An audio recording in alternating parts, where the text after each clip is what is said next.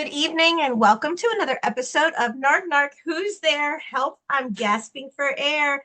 Dana and I are here today and we have my Stucco and Uno and Rusty and Faith is in here. It's crazy crowded. So we are doing a Q&A session today because we have been just overwhelmed with the questions that you guys have sent and we appreciate it so much.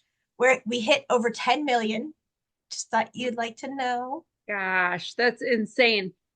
I say it every time, but it's exciting that our message is getting out, but just kills me that so many people are experiencing this stuff. But I am very excited about today because you and I have shared our experiences over and over and 100 times over again.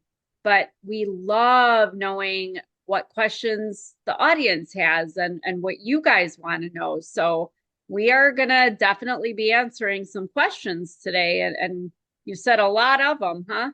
There are. We might have to do a second episode on this, but I want to put out first a trigger notice because, like all of our shows, there's going to be something in there that could trigger. Also, anybody who knows me and works with me, I knows that I'm very big on confidentiality. So I've taken everybody's questions. I have not put anybody's name down with the questions so that you will not be identified because I'm very big on keeping who you are and where you are confidential. So just listen for your question. And if I didn't get them this time, I will make sure we read them on the next episode. And if we have even more than that, we'll do another one. Yes, please I have keep written down sending them in. yeah, I've written down every question that was written to us up until Monday night. Oh So my gosh. yeah, so it's about 11, 12 pages. Oh my. I Okay. know. Well, good, good, Yeah, good, good. This yeah, this means people have questions, they're listening, they're paying attention, they're aware of yeah, what's going on in their lives, and awareness is the first step in trying to figure out how you can get out of your situation or at least deciding whether you should. So this is good stuff. But yes, thank you for saying about the confidentiality too, because I think it's important that everybody knows that you and I are all about creating a safe space for people. We don't want anyone to ever feel worried or threatened that somebody might find anything out, because we unfortunately are, in those same situations even still sometimes. So absolutely. we don't want to put anyone in a predicament. So we will be very respectful Yes. today, going forward, in the past. So it's all good. And also, there are some questions personalized to the two of us, and I'm pretty sure that I can speak for Dana, and she can correct me if I'm wrong. We are 100% open. I'll answer anything that you guys have to the best of my ability, and I'm sure that Dana feels the same way. Oh, yes. Yeah. I mean, I think it's pretty clear. You have read my books. Oh, It's not always nice stuff. It's not always stuff that's easy to admit or things we definitely, necessarily want people to know, but we're all human. And I think that it's okay to own our experiences and to own our feelings. So yeah, we're going to share, we're going to be open about it. And, hopefully that'll inspire everyone else to be the same with themselves. absolutely. I love it. And we've had a lot of comments just thanking us for being so open and the voice for the voiceless. And so Good. it means the world to us that you guys have reached out and keep reaching out because even if we get through all these and then we do multiple episodes, if I see questions out of nowhere, we'll put it in a show. We will get them, Yeah. we'll get your questions answered. So 100%. let's go and we'll figure out who is going to answer which questions. Let's do it. Let's go. How do you handle everyone talking and looking down at you? Easy. I don't. You know why? Because I don't have to prove anything to anybody. It's funny. I just answered this question to somebody yesterday. I used to care. I used to feel like I had to defend myself. And here's proof. You have been there too. Here is solid, factual, written evidence, legal proof. People will believe what they want to believe about you. So give it up because let me tell you, if they are willing and open to believing crap about you and not willing to give you the respect of letting you explain yourself, not that you should have to, but if they don't even know you well enough to know it's a lie, forgive me, but to hell with them. You got to have enough self respect to just set that boundary and say, this person obviously wants to believe this about me, and that's okay. And honestly, I'm not a mean, vengeful person, but every once in a while, I just kind of roll with it. Like there was a rumor, which is disgusting actually, that I got pregnant by my husband before we got married so that I could trap him in a marriage. Well, we're going on 3.5 years of marriage. I am, barely over 100 pounds. I look fabulous for being pregnant, and I will say that to people because I don't care. If people want to believe it, let them believe it. If they want to think that I trapped him, well, lucky me. I live in a beautiful house. I have a very cute husband who treats me very well. So He if does. I trapped him, then oh well, good for me, I guess. But I don't care. That's how I deal with it. Can I go to the baby shower? Just I would curious. love to have a baby shower, I know, right? except I want all the gifts because there's no baby. Right? Oh. All right. When did you realize that this really wasn't your fault? Recently. Yeah, we're still working on it. I'm still working on it. Yeah. Yeah. And I want to be clear on this because I'm not being funny. Um, I was raised by two narcissists. I spent 25 years in a relationship and then marriage with one. I didn't even know what a narcissist was until just about the end of my marriage. I mean, what kid knows I mean, really, when I was a kid, I knew it was abuse. I knew it was wrong, but I didn't know it was two narcissists that were abusing me. And even in my marriage, it was so insidious and I didn't they're so tricky the way they go about it, unless it's outright physical or sexual, something that is definitively abuse. Some of the abuses are a little sneakier, like you Right. don't recognize them and they go about it in a way that you're not seeing it as what it really is, as a manipulative, tactic to control you. And so it's okay. I want everybody to know it's okay, even if you don't recognize it, even if you were in it and you never saw it, and it's okay. Your gut will tell you it doesn't feel right. That unsettling feeling you have is telling you something isn't right. That's all you need to know. Absolutely. Oh, okay. This question is for both of us. I've just been when they ask questions, if they say this is for Dana, then I'll be specific Fair. about it. If it's for both, I'll say that. And if there isn't a person identified they want an answer from, we'll just go for it. This is for you. What was the earliest memory of feeling different from your family? Well, I mean, it was very early. It was, I want to say right about 3 years old, 4 years old, because I would hear them referring to me as an accident and a mistake. And I was watching Sesame Street and the Great Space Coaster. And I knew in cartoons, there's a mom and there's a dad and there's the babies. And I had great grandma and she rocked me and soothed me. I lived with her. She fed me. I loved her very much and she loved me like a mother should. But I knew I didn't have a mother. And I had even asked, as you read it probably in Choking on Shame, when I said to her, because I was in preschool and a little girl said, how come you weren't at the daddy daughter dance? And I didn't think anything of it. I'm Nope. like, well, I Yep. don't have a dad. So how could I go to a daddy daughter dance? And she's like, but everybody has a dad. And I'm like, but I don't. And then I asked my mother, and she's like, you don't have a father. You don't need to worry about it because it was a tough subject. So I think that it was very early on. But unfortunately, it was like a theme in my life. I was always the one that was different. I didn't ever belong. I didn't ever fit.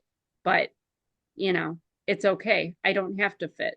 And it's taken me 48 years, but I'm perfectly fine being the unique little flower in the garden that I am, because I am finding other unique flowers like you that we can just bloom and shine and thrive together. But it is hard growing up that way, especially when you have both parents against you. School sucked, home sucked, everywhere I turned, it sucked, but Yeah. it's okay. Well, to the individual who wrote this, it was a young lady. I will tell you that if you really want an insight, and she's going to be like, why do you keep doing this? Her book is so insightful. It's honestly, it makes you feel like you're right there when it's going on. Like you literally, when she started talking about her mom and the daddy daughter dance, I immediately went back to that part of the book. And like you literally go through it and you can feel like you're there and it's heart wrenching. So you really feel like you are in the moment. You feel like you are experiencing it as it happens. So her books are amazing. I mean, Well, thank amazing. you. And everybody should go out and read them because you really get a really good inside experience when you're reading her work, which is amazing. And I keep telling her she has to keep writing and keep writing, keep writing. Yes, ma'am. Yes, ma'am. I'm working on it. Book three Yeah. is coming. I have to catch up with you. But yes, thank you for that question because I think it is something that I don't think it necessarily happens when you're going through puberty as a teenager or whatever. For some people it does, but for me it was right off the bat my earliest memories. So I'm reading all of these questions. How do you feel when you think about your family now? I feel indifferent, is how I'm going to say it, but it has taken me a lot of work, a lot of help that I wasn't always too eager to accept. But when I say work, I think I've said it before, but when you go to, whatever kind of therapy you choose, because talk therapy isn't necessarily always the best thing for everybody, but whatever therapy you choose, make sure it's effective because if it is work. It is excruciating. It is painful. It's not just going and talking to somebody every Thursday at 3 o'clock and then all of a sudden you feel better. It is constant 24/7, even when you're working, sleeping, eating. Stuff is going on in your subconscious, in the back of your mind. You're dreaming stuff up. You're recalling repressed memories.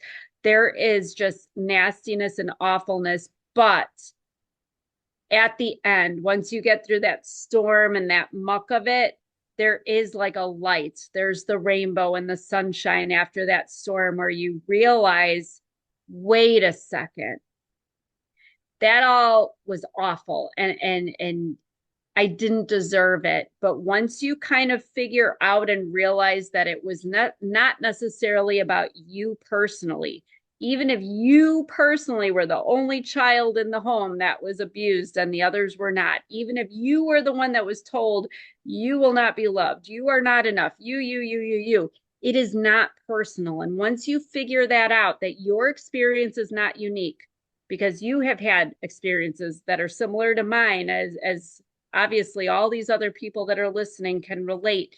It is not unique to us. There's nothing uniquely deficient about any individual one of us. It is the people that abused us that have the problem. And they just decided that we were going to be the vessels for, to unleash their own resentment and their bitterness and anger and awfulness. But once you figure that out, you can kind of realize that you had your human experience. They're having their own human experience. They're obviously not in the same area of self awareness that you're in. And some people will never be, and some people will never be open to it. But that is their life experience.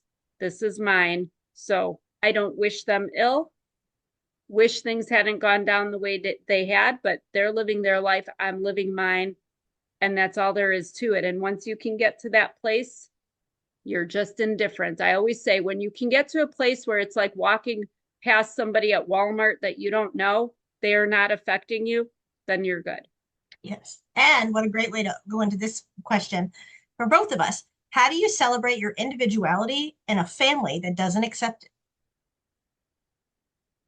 Well, why don't you answer that? Because I'm doing a lot of talking. Well, this is for both of us. This is for both of us. You know, I celebrate my individuality as a person who advocates for people in the beginning of their journey. I don't like the word victim. I like the word survivor because you have conquered it and you've come through it. You are so much stronger than you have any idea. Um, Most of my entire life, I remember that I would hear things like, oh, well, I am so attractive. I turn heads, you turn stomachs. And, you're hideous and ugly and nobody's ever going to want you. Or like Freddy Krueger and the Elephant Man had a baby and here you are. And my um, gosh. Yeah. And so, like, you're so unattractive and all of these scars. And hey, if you're bored, let me give you a Sharpie marker and you can play connect the dots and you'll be busy for hours. And just one thing after another after another. And then forever, I would just sit there and think, why? Why am I not? I didn't ask to come in this world. I didn't ask to be born. I definitely didn't ask to be born to them. You know, I swear my grandmother had another baby and just never wanted to tell me it was me. And that you go about and then you realize, you know what, I've given them enough time. I've given them enough of me and it's enough. Like I'm done. And for the longest time, I would apologize for their actions, even if it had nothing to do with me, but I was always at fault. I was always the one there Yeah. blamed, even if I wasn't even around when whatever happened transpired. And I would always fall on the sword and say, I'm sorry, I'm sorry, I'm sorry for something I wasn't even around for. Some of the time I wasn't even in the same state, but I would be blamed for something that happened a state away. And I wasn't even there. So now faith has taught me so much. And, you know, it's so ironic because people are like, oh, she's a child and, you know, we're supposed to teach her. And I've dedicated my life to her. But there's nobody who's ever met her that she can't teach a lesson to because she teaches everybody everything. And I mean, she does it without even realizing she's doing it. And what I've said to her from day one is I've given you everything that my biological parents never gave me. And that's how I knew I wanted to be. And I wanted to emulate the care and love that I had from my grandparents. And she never deserved anything that I endured. And so, you know, she's always said to me, you're nothing like them. And that is the best compliment in the world when it comes from her letting me know that. So I celebrate the fact that the footsteps that they gave, no matter how horrible and hard that they were, taught me to walk in the opposite direction. I love that. And I want to add on to that, that I think it's important for us to, how should I put this? I think societally, like we have this expectation. Like I said, when I was a kid, I'm watching cartoons, I'm watching shows, we all watch the Cosby Show and all, a mom and a dad are supposed to be in the house and they're supposed to love their kids and they're supposed to. Well, guess what? Nobody has to do anything. I don't know who decided that in this world that moms and dads are sometimes moms and dads don't love their kids or they just don't love one of them. It is what it is. And I think part of celebrating our individuality and accepting the fact that we maybe aren't like our family, maybe we're not accepted or necessarily fit right in, it's okay because there are other people who accept me just fine. And I wouldn't want anyone to love me or accept me out of obligation anyway. I want them to do it because it's in their heart to, because we connect, because we share, because we're passionate about the same things, because we like qualities about each other. So, like for me, I also like to separate the fact that, yes, my mother gave birth to me. And yes, I was put in a house with her and her husband, and it was awful and it was what it was. But I am here. I don't even go so far as to say I'm a victim or a survivor. I'm just me. I'm just Dana, just like you're Victoria, and Faith is Faith. And guess what? God decided I should be here, and I'm here. And God saved me in a million circumstances, just like He saved you, and He saved Faith. And we are here, and we have gifts, we have talents, we have things that we can share with other people and share with the world. And if my family doesn't like that, then oh well. I mean, I'm sad that my mother doesn't see how much I've accomplished and recognize what an amazing daughter she has, but there are other people who are glad to have me in their life. And Me. yes, exactly. You are literally, just so everyone knows, I think that Victoria and I were separated at birth. Yes. She got the cool red hair. I did not.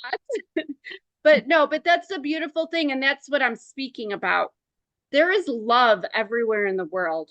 We just have to stop expecting people Yes. to love us because they are supposed to. Who cares what they're supposed to do? I knew a woman a long time ago. She was 90 years old. God love her. She had 9 children, and she said she only liked one of them. And it sounds like an awful thing to say, but you know what? Just because you're born to somebody does not mean you're going to get along inherently. And it's wonderful when like you have a beautiful relationship with Faith. And I love that you guys have that mother-daughter relationship that everybody should have. But not everybody has that. But everybody has a friend. Everybody has a grandma or somebody that cares about them and loves them just for who they are. And that's what we should focus on. Don't bother yourself wasting energy or even thought on people that just refuse to have you in their lives. Right. And what I love is before we started recording, Faith was in here, and the minute that Dana joined in, Faith was like, "Hey, like it was the cutest thing ever. She loves her. She's like, have you talked to her today? Because she's at a book signing. And I'm like, I know where she is, smarty pants. Thanks for letting me know. And she's like, oh, I could tell her you said hi if you want because I'm chatting with her. I'm like, wait, what you just said really resonated. You know, I don't know if you thought about this, but this just really just came to me. The Cosby Show. Okay, we grew up watching the Cosby Show, and okay, let's put that out there as a great metaphor because the Cosby Show had a loving mom and dad who had these kids, and they were very interactive in their life. But then let's say that's the general public. Behind closed doors, look at Bill Cosby, Mm-hmm. right? Look at what Bill Cosby was doing behind quote unquote closed doors to all of these people, these kids, these women, just like, I mean, that is what an example that really is that you go and watch it. Now I can't even look at Bill Cosby. Like, I loved the show growing up. And now I'm like, wow. Because he was the Jello guy, he was the guy I that know. everybody loved on the outside, but cameras off, such as doors shut, this is who he was when the doors were shut, the cameras were off, and you were at home. I mean, what better analogy of narcissistic behavior is there than that right there? Yeah. I mean, I think it's a lot of people, and we're all, let's be real, we're all guilty of it. I mean, I don't go like letting F-bombs drop in front of my, well, okay, one of my priests I do because he's cool, but like some of my priests that like I wouldn't talk like that to the elderly ladies at church. You know what I mean? Like we all have a certain mask that we wear in certain areas of our life. But yeah, I mean, even taking the nastiness out of it, look at like Robin Williams. Funny guy, always the part, life of the party, very energetic and high vibing and funny. Oh my gosh. But he was so sad and depressed. And like Yes. I can relate to that. You put a camera on me. I mean, my husband says it all the time. I light up. I have my energy. I just kind of go with it. I almost feel like I have imposter syndrome sometimes because then there's days where I'm just Dana here at home living normal life and something triggers me and I get depressed and then I'm in bed for a day crying and then I have a migraine and then I'm getting so sick ruminating about whatever it is that I feel like I'm going to throw up and you know we all have this behind the scenes thing. But yeah, I mean, the narcissists, the problem is the abusive ones when they have this behind the scenes character versus the public character. It's literally Chucky. That's my go-to reference. Oh, look at me, the good guy, the good guy doll. I'm going to be your best friend, Andy. And yeah, then everybody's getting murdered and butcher knifed and, Right. scary stuff.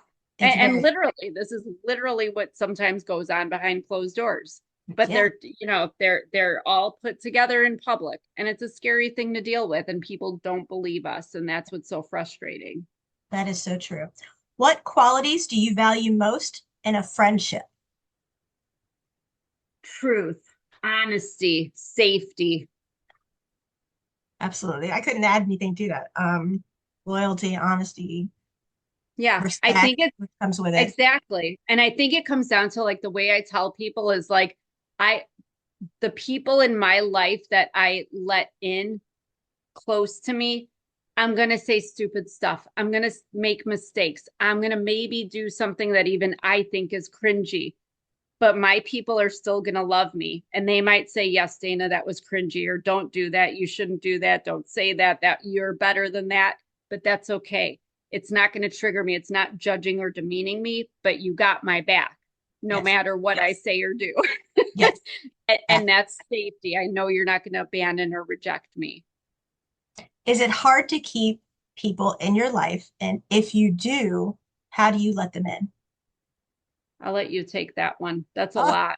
thanks. Thanks a lot. Come on, I doctor. I have I literally have a hard time because people that have been in my life for 10, 15, 20 years all of a sudden take the mask off and I hadn't expected it. I mean, even people who were taking care of Faith in her medical team um took the mask off out of nowhere and wasn't expected. And that shocked me. The one thing you always have with me is consistency. And I always tell people, and Faith says the same thing. If I have to say anything about my mom, she will tell you the truth and piss you off than lie to make you happy, which is true. Because then you don't have to remember the truth. It just comes out. You don't have to say, well, what did I say to cover that? Or what did I say to cover? No. And the thing is that it is so hard for me to let people in, and then you're always worried about, like, are they going to just, is it going to be today? Is it going to be tomorrow? Is it going to be next week? When they turn around and show their true colors. To me, I only have a very small group of good female friends that I know and love and feel comfortable with. And of course, Dana is absolutely in there. Um, I I have issues with, like, one of the things that I do is I had a good friend who was going through some major stuff, and every single day I would ask her, is she okay? Is she okay? Is she okay? And I would listen to her for hours, just go on and on about everything that was going on. And not once did she say, how are you? Or how are things with you? Or how are things going with you? Mm, And it didn't even matter what was going on with me. It didn't matter. But no matter what I was going through, I would still message and say, are you okay? What's going on? you're How's it very good at that. Yeah. You're very and caring, and that's part of your nature. And a lot of people get so caught up in their problems that they don't consider the other person. right. And that's hard. You got to be able to trust that person. And then you build the wall. I tell everybody, do I have a wall? Absolutely. But it's got a little tiny, like, dwarf door, and you come in, and then the wall gets built. And the wall doesn't keep people out, it keeps them in. And, that's such a big difference. I keep the people that I really care and love in. And the thing is, I will go to bat and do anything I can for anybody in my inner circle without question. And the thing is that you have to allow yourself that friendship and happiness and that comfortability. And the one thing that really sucks is that you have to go through this dramatic trauma that we've both been through before you really recognize a true, genuine soul, because they get it, they understand it, and they have your back without judgment. They listen, they understand. And that is something that you will never find unless you've unfortunately walked this path. That is 100% true.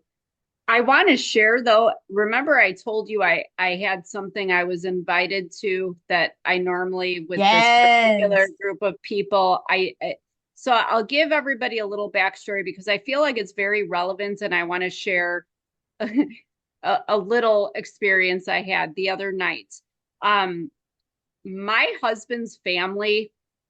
I won't give away too much because it's a whole thing. It's actually a main subject of my third book that I'm almost done with, Victoria. I swear to God, I'm almost done with it.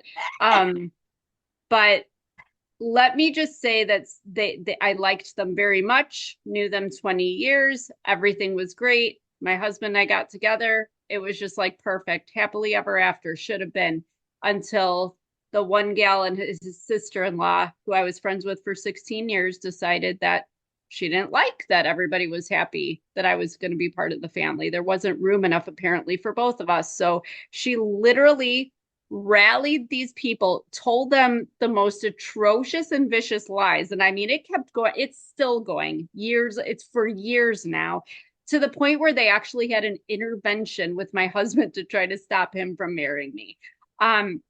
Anyway, obviously not very good vibes between me and the family. It's hard not to take offense to that one, especially after all the things I've been through. You want to talk about a wall? I've got a big wall up there. You have the They Great have Wall of Dana. pushed me out a few times. So um, I am usually not invited to their family events. I am actually there, they even speak about me. We live in a small town, unfortunately, and I'm not a real wife because I'm not his first wife, and I'm a replacement wife, and I'm not really part of the family. I hear all this crap.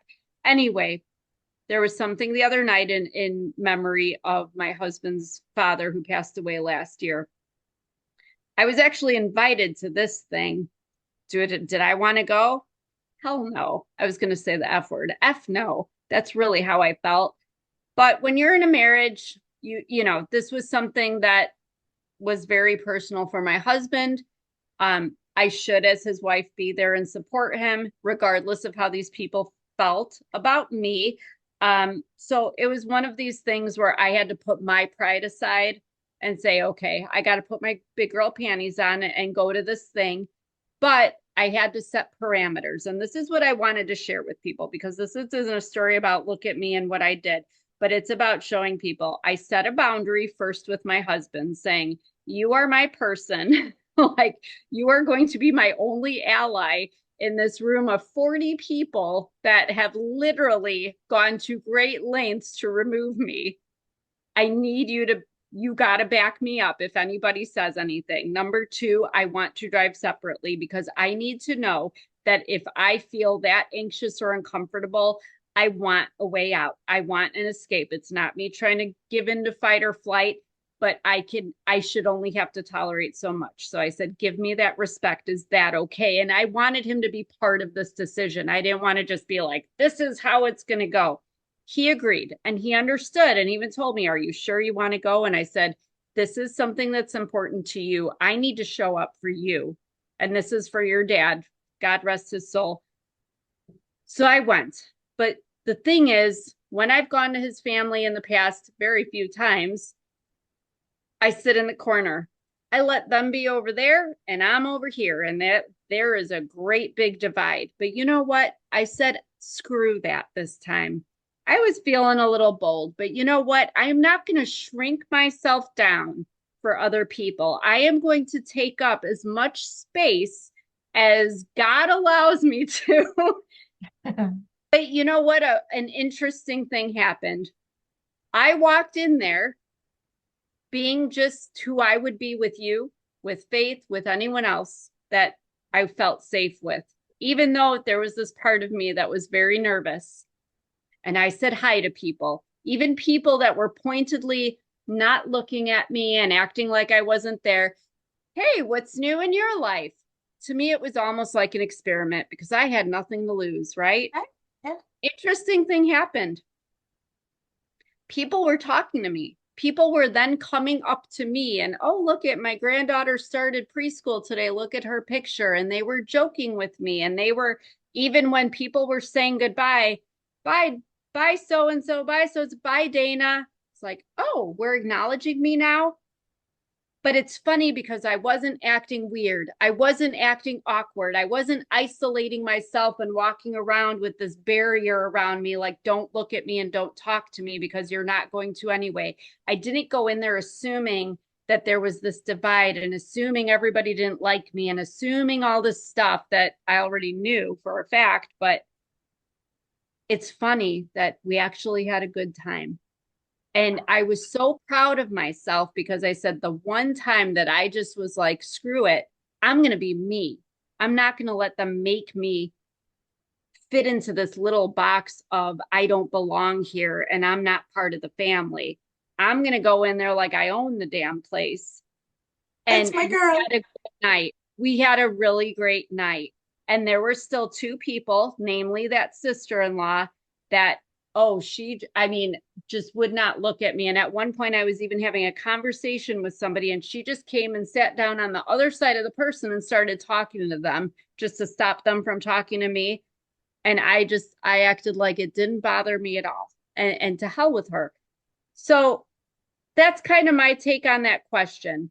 I'm a big isolator. I like to stick with people who are my people. And I wouldn't normally, I mean, it's not like I'm all excited, like, oh, look at me, I'm part of my husband's family. But I don't want to I want to be able to share space with them when I have to, because there's going to be funerals and there's going to be, things that Sure. I will want to accompany my husband to as his wife. But I don't think that any one of us should ever feel or make anyone else let us feel that we don't belong somewhere, because we do. We can belong wherever we decide we want to.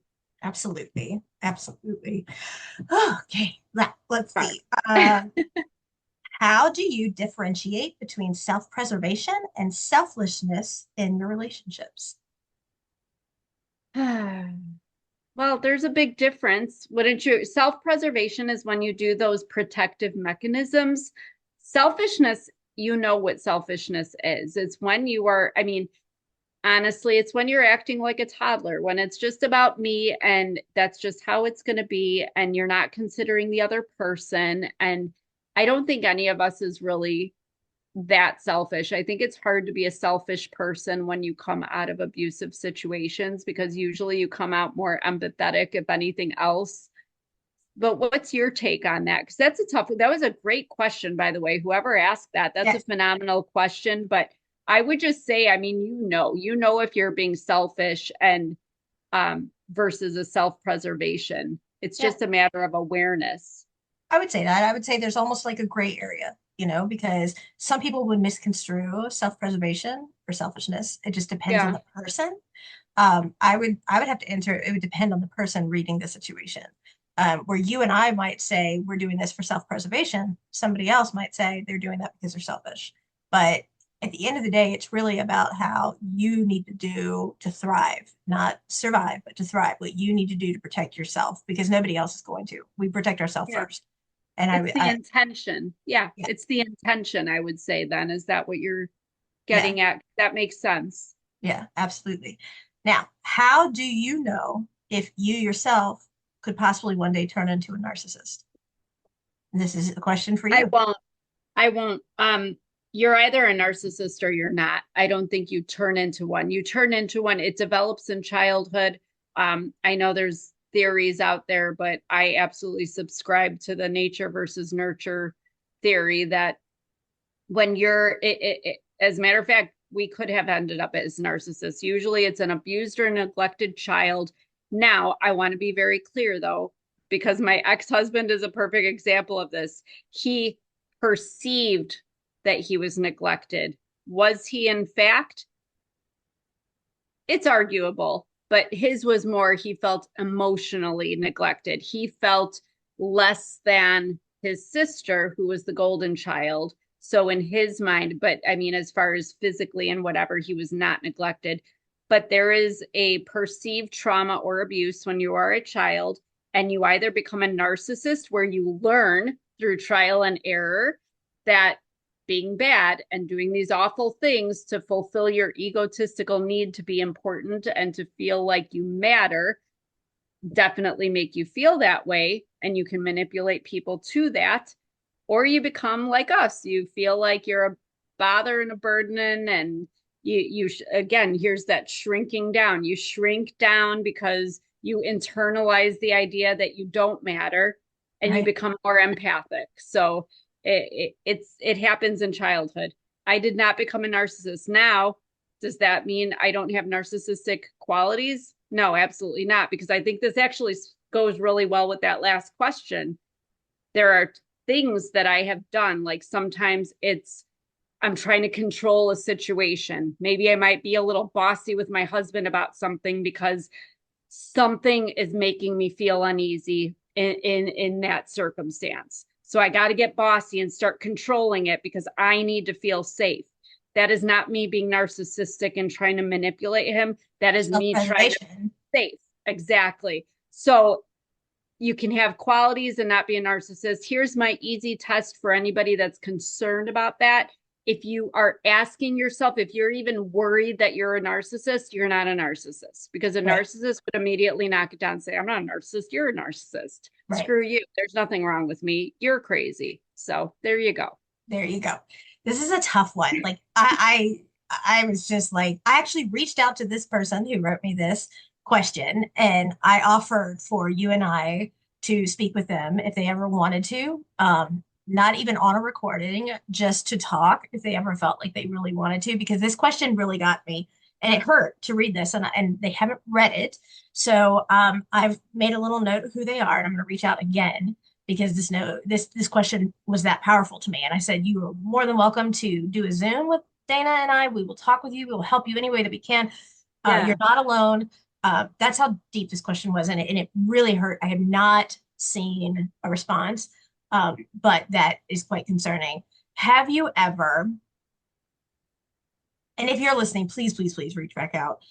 Have you ever felt so invaluable and that you don't care that you almost feel you would do the world justice by just not being awake in the next morning? Yes, many times, including recently. I think it's natural, Right. This, I, unfortunately.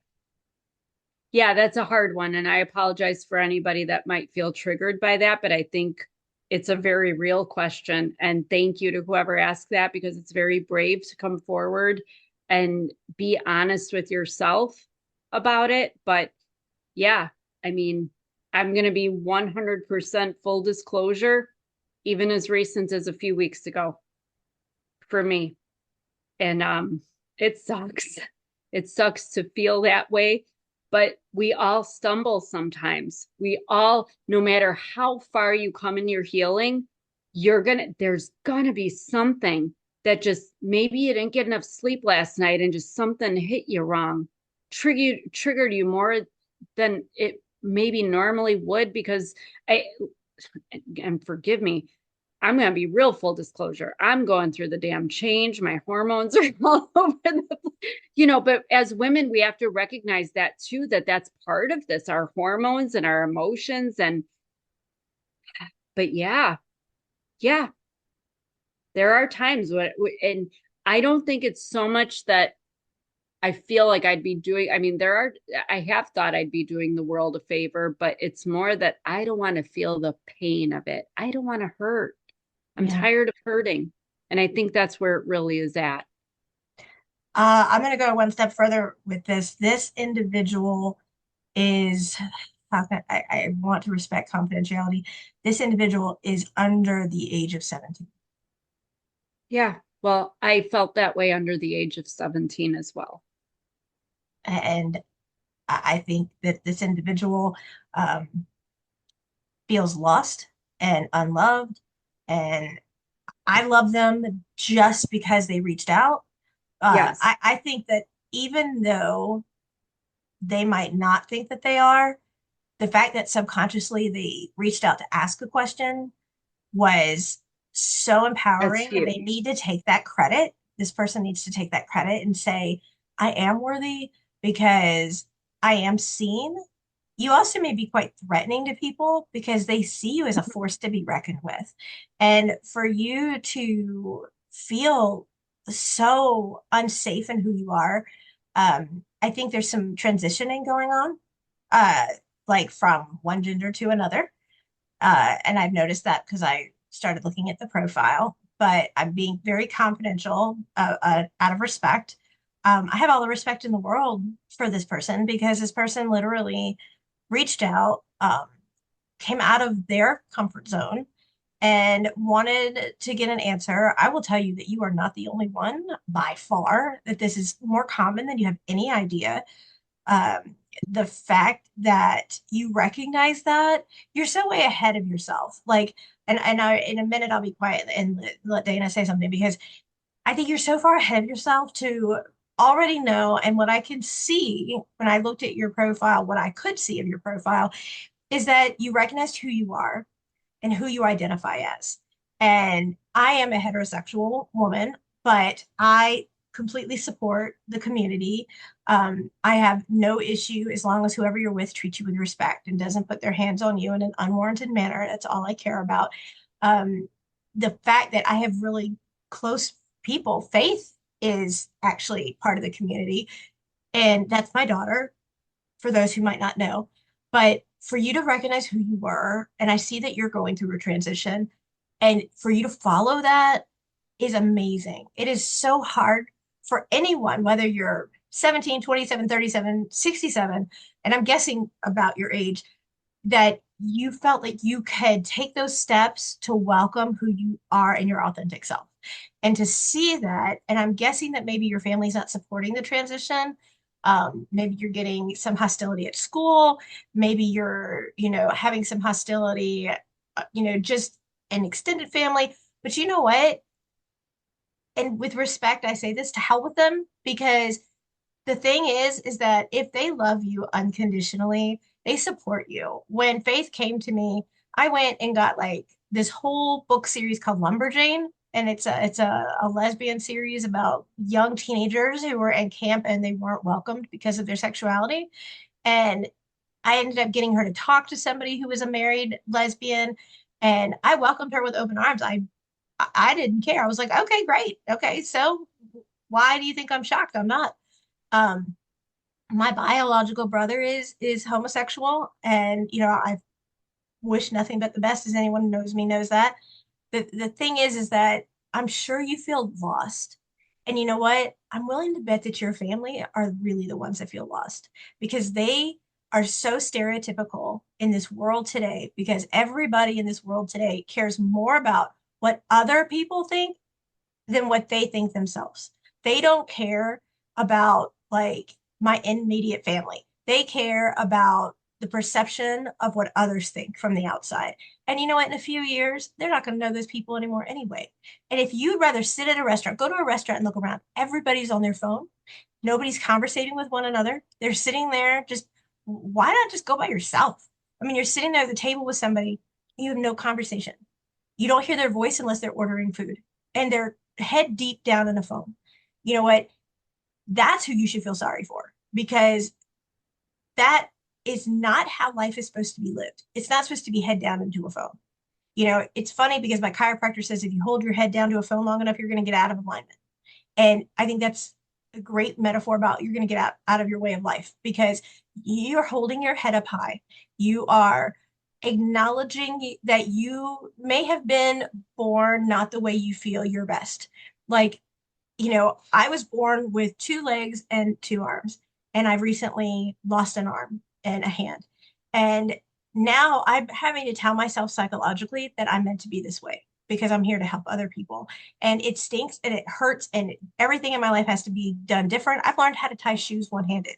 And the thing is that you can learn to do things your own way. And when you take a different journey that's not common, it's so much more beautiful because you get to see things no one else does. And I know I'm rattling on to other people, and I'm sorry for taking this minute, but I'm not sorry for talking to you and telling you how unbelievably proud I am of you that you have recognized and gone ahead and started. So, because you've started your transition, you know you're worth the fight. You know you're worth getting up, dusting yourself off, and keep going. And I am here. I know Dana's here if you want to talk confidentially. None of anything you say will ever go anywhere. It'll just be three amazing kick-ass people having a conversation and to hell with everybody else. And that's my 2 cents. No, I love that. And I agree 100%. And thank you for saying all that. You know, I also have two people close to me and out of their privacy, I will keep their, relationships to me private, but one's transgender and one is homosexual. But to me, my thing is that even taking that out of the equation, we're all people. And if people see you and want to put you in a box and put a label on you, that's the problem. And I could go into a whole lecture about that. I don't let people put me in a box anymore. As I wrote about in my book, I never struggled with my sexual identity, but it was my mother straightening my hair and telling me to stop rolling my R's and don't tell anyone that we're Puerto Rican and we got to fit in with the white people and we got to wear Gap clothes now, not this frilly stuff your grandma's buying you to wear that's all colorful and floral and all these crazy prints because then they'll know that we're Hispanic. It is so shaming. We're shamed enough in circumstances where we're made to feel less than, but when somebody is shaming you for who you identify as, who you authentically are, God damn, does it, forgive me, but that gnaws at my soul because I was that kid. Right. And yes, I think probably 12, 13 years old was the first time I thought that I didn't want to be alive. And I even had a mother and a stepfather that were telling me that I was never meant to exist because I was an oopsie doopsie, teenage pregnancy. She didn't want me. Before she had me, she didn't want me. She still doesn't want me. She has nothing to do with me, my mother. So take that. I mean, that it's hard, but here's the thing. You were born, You are meant to be here. You are here. And I don't care what you look like. I don't care who you are attracted to. I don't care if you have 10 legs, 2 legs, no legs, purple hair, green hair, blue skin. You are a human being. And we talk about puzzle pieces before. Maybe you don't fit in that puzzle. Maybe you don't fit in your family puzzle. They don't understand you. They don't let you in. They don't accept you. Who cares? Neither did mine. Kept trying to force myself into these little spots where, well, maybe I'll fit in here. Maybe I'll fit in there. You know what? Maybe I don't have to fit in anywhere. Maybe I can just be me and love people with an open heart and be open to people loving me for who I am. I mean, it's nice when people say, oh, you're so pretty and this and that. I don't care. I don't care because I don't care if I'm pretty. I don't care if you're pretty. I don't care if you're ugly or I'm ugly. I care about what's in your heart and what kind of a human being you are. There are people with physical disabilities. My husband's best friend has cerebral palsy, and he has so much social anxiety about, the way his arm is kind of stuck in and bent a little, and he doesn't have full abilities with his hands, and he might not be able to talk, the best sometimes. Who cares? I still love you. Somebody's going to love you. Right. The people that see you and see you for who you really are and see how special you are will love you. And the other people, unfortunately, a lot of the time it's our family, it's judgment. And where judgment comes from is ego. And you know what ego is? We can talk about narcissism and how they have to feel better about themselves by putting you down. So to hell with them, to hell with everybody. You be who you are. I don't care. Straight, gay, male, female, whatever. You just be exactly who you are. You bloom, you thrive, you rise. You give the gift of who you are to this world, and people will see you. Forget the people that don't. Forget them. Move on. You don't have to hate them. You don't have to wish them ill. Just move on. You will find your people. They're out there. We all have our place. So but never give up because you're here. And I agree with you, Victoria, is that, if you can be that young and be that self-aware, wow, I cannot wait to see what the adult mind of this young person has to contribute to this world. What a beautiful mind and a beautiful soul. So, Yes. but even for people that are in their 60s and 70s and just realizing these things, don't give up. You're here because you were meant to be here. You have something to offer. It might be that you're raising your grandchild or that you give the best hugs or whatever it is. You don't have to be like, finding the cure for cancer or do some like miraculous thing, but you have some gift to offer this world. Stay here, give that gift, and be open to the people who are willing to give you the love in return. Okay. See how fabulous she is? She's so Well, fabulous. no, I think that was a fabulous question from a fabulous young person. And I think that was a very important question for people of all ages Yeah. and all places in life, because I felt that way as a young mother. I felt that way as a young person myself. I have felt this way recently, even though my life is blessed and perfect and literally like people would look at me and say, what is your problem? But you know what? We feel how we feel and we're entitled to how we feel. And there's a reason why we feel the way we feel, but we should not give other people that control and that power over our minds because Right. we deserve to live and we deserve to be here and be who we are. Absolutely. If you could speak to a younger version of yourself who is just starting to recognize the toxicity within their family, what would you say and how would you guide them? And that's for you. I have been asked a similar question many times. And all I would say is I would tell myself it's going to be okay because I am a firm believer, and some might argue with me. Do I wish my life had been a little rosier? Absolutely. I wished I had a mother who had the relationship that you have with Faith. I wish that I had a mother that wanted to go wedding dress shopping with me and that we had a moment, like on Say Yes to the Dress, and, a mother I could call when my son was sick for the first time as a newborn baby, and I didn't have that, and it Mhm. sucked.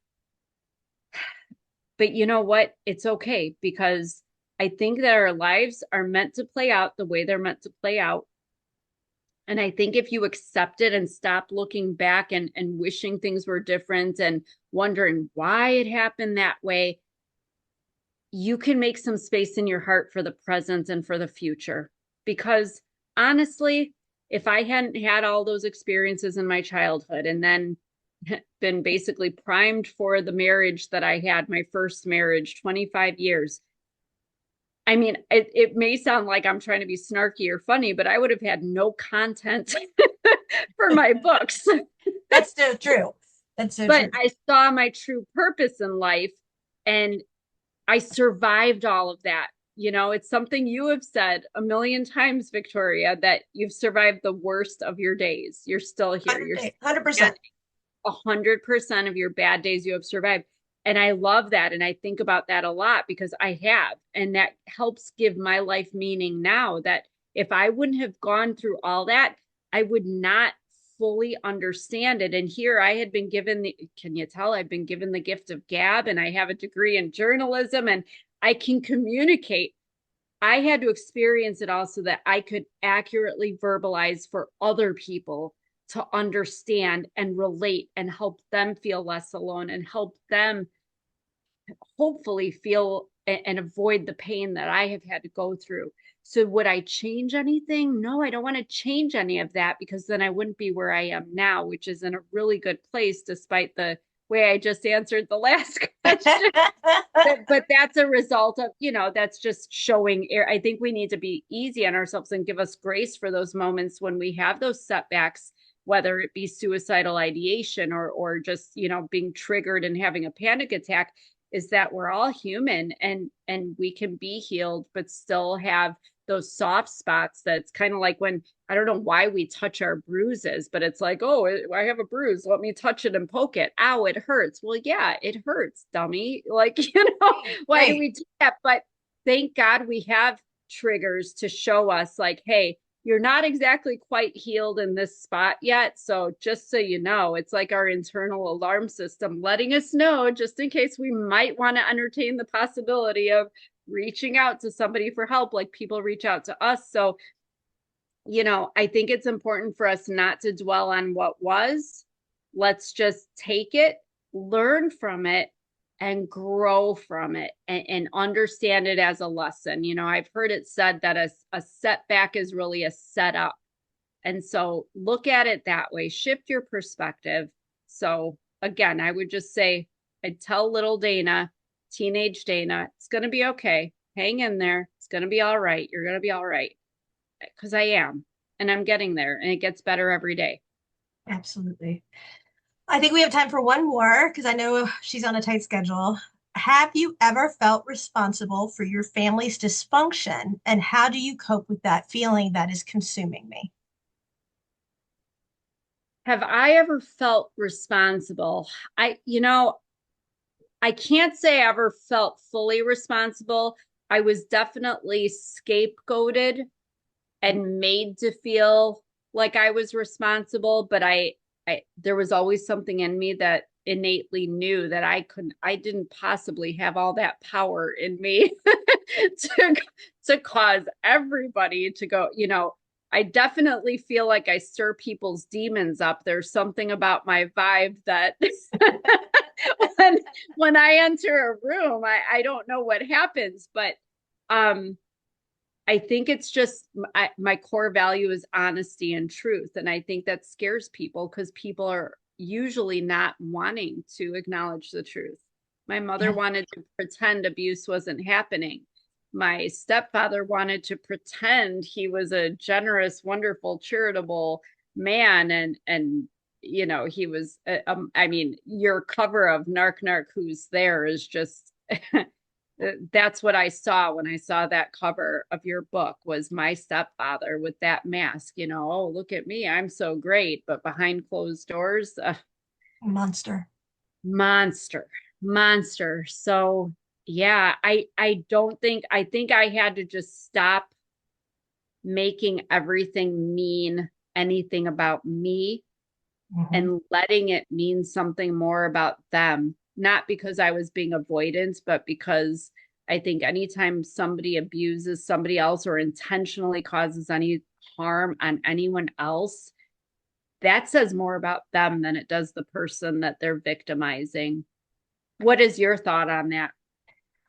I did. Growing up, I did. I felt responsible because I couldn't understand how everything that happened was my fault. And so I started to think, okay, then I just have to be a really bad kid because everything I did, was my fault. If I fell off my bike, then, I scratched up my knee and I stopped whatever they were doing and they had to quit what they were doing and I was a burden. And, when I was getting older, they would tell me I hated my grandparents. And anybody who knows me for 5 seconds knows that's a farce because Right. I live and breathe for them. I have both of their faces tattooed on my back. And, it's literally to hear that. But growing up, and what would just blow my mind is that a man, aka father, stepfather, is supposed to be your daughter's first love. It's supposed to be the man that shows you how you are to be treated. And we're talking about a totally different generation for the both of us than, now, where I can't tell you how it is to have two dads or two moms. I'm talking about my personal experience where, you know, I grew up wanting and longing for that from my dad because I definitely wasn't getting it from my mom. My mom never hugged me, never told me she loved me. She never told my dad. And so I never saw any affection from the two of them. I never would feel validated, no matter what I did. I was singing and the choir, and they would not let me practice. You're, causing too much ruckus. He played the organ, and I would say, "Can I sing while you play?" No, because I got to pay attention. I have to listen, and so I felt like everything that happened was a burden. If they brought dinner home from somewhere and it was cold, it was my fault. Even if I didn't go with them to go get it, it was my fault because the food was cold. So Mhm. I did feel like it was completely my responsibility. Like I would be blamed now. As an adult, you go back and look at this and be like, what the hell? Like a perfect example, if they ordered dinner back then, you would order it and then go pick it up. So let's just say they were ordering dinner at 6. Let's just say something happened at 5 or 5:15. Oh, we got home late because we got stuck in traffic and that's your fault because for whatever reason. So they ordered dinner at 6, but because they got home late at 5 or whatever the point is, it's my fault dinner's cold. And back then when you're little, you're like, I didn't mean for it to be cold. I'm sorry. And then it'd be like, well, it's cold and it's your fault. So I did feel like everything was on me. And then as I grew older and older, I kept feeling like a void. And then I realized, when I went to some of my friends' birthday parties, and I would say, "What did you wish for?" Well, you're not supposed to tell. Well, can you tell me what you wish for? And they were like, "Why?" And I was like, "Because I don't think what I wish for is right." And they're like, "What do you mean?"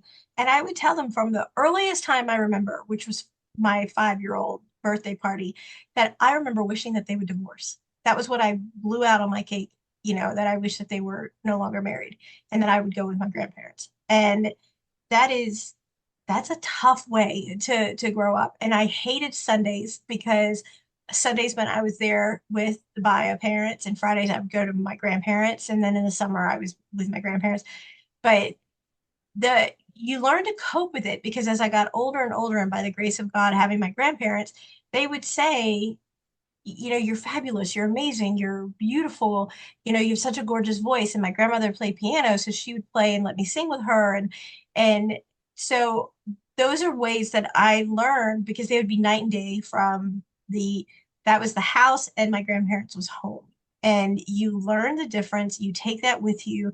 I totally understand this question because you feel so responsible. I can't turn off my brain at night. I wish that I could. I feel like it goes into overkill mode at night because when I'm working, I'm focused and I have something to focus on that I'm working on and the tasks at hand. And when you're laying down, they say the average person, I don't know, is like anywhere from 16 to 25 minutes to fall asleep or whatever.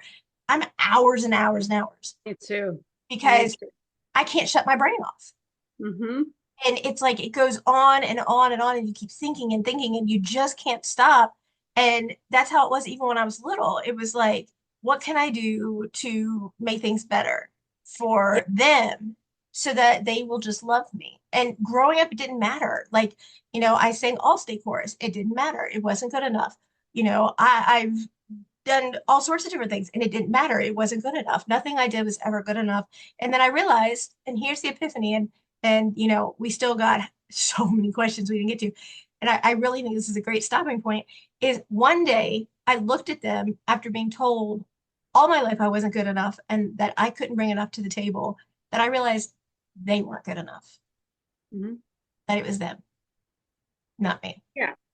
And thank you for saying that. And I just want to tag along because you just hit the nail on the head. Because for me, like I said, I was the scapegoat. I was blamed. I went through all that same stuff.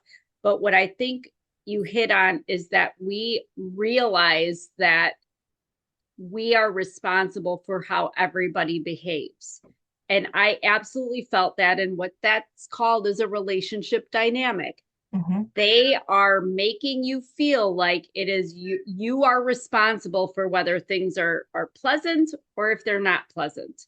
And so you learn that you have to people please. You have to, I was the perfectionist, always striving for more, do more, be more, try to get approval. If I sensed something was going to go awry by an expression or whatever, I would make sure to do whatever I had to do to calm the situation, deflate the de-escalate things so that there would be no abuse, to keep the peace. And that's where we start feeling responsible. and, Yes. and so whether you feel like you really were the problem or you were not the problem, you're put in the position of everything hinges on you, on what you say, what you do, the look you give somebody, the way you chew your food, whatever it is, Yeah. hinges on you. And it's a wonderful power to be given, but it's a real burden of a power to be given when you are a child, and should Yes. not be burdened when your parents decide they don't want to be parents, they want to be your abusers instead. So I'm sorry for whoever asked that question, because we know what that's like too We do. well, but it's very common. And you just have to remember it's not you, it really is them. Yes, absolutely. Well, we are definitely going to have a second, maybe third episode for questions and answers, I which love it. I love it because it really gets them to get the Yeah. questions answered they want. And that's what we're here And what for. great questions, by the way. Thank you to everybody for these Yeah. amazing, these are really getting to the core of things. So Yes. I love it. So they are listening, and you know what? They're listening, but you know what's even more important that you guys hear? We're listening and we're Yes. answering and we're here. And again, I'm going to reach back out to this individual and see. I'm actually going to edit that little skip of part where we talk about that individual, and I'm going to try and send that as a file to that person and see, because if I can't Okay. get them to answer, I want them to know. But anybody that's out there, I want you to feel comfortable. Message Victoria on social media, message me on where on Facebook, Instagram, TikTok, whatever. You have a website, contagiousmile.com. You can access me on danasdiaz.com. We are both here, both available to anybody that wants to reach out. We will try to help you the best we can. So don't hesitate ever. Absolutely. And we will call it for this episode. And we thank you all for listening. And we apologize if we didn't get to your question, but we will. We will get to your question, I promise you. So keep your chins up and realize, again, you have survived 100% of your worst days. You are a force to be reckoned with. And don't give up on you, because we're not giving up on you. Mwah. Bye, guys.